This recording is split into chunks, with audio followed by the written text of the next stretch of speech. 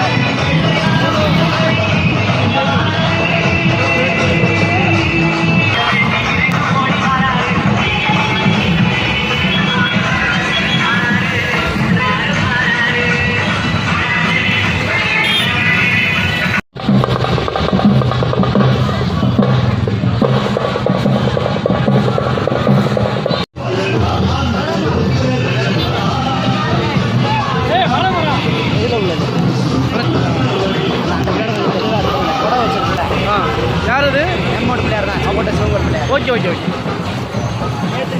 பாலக்குடி பட்டியில் யார் இருக்கா இதில் யாரும் இல்லை என்ன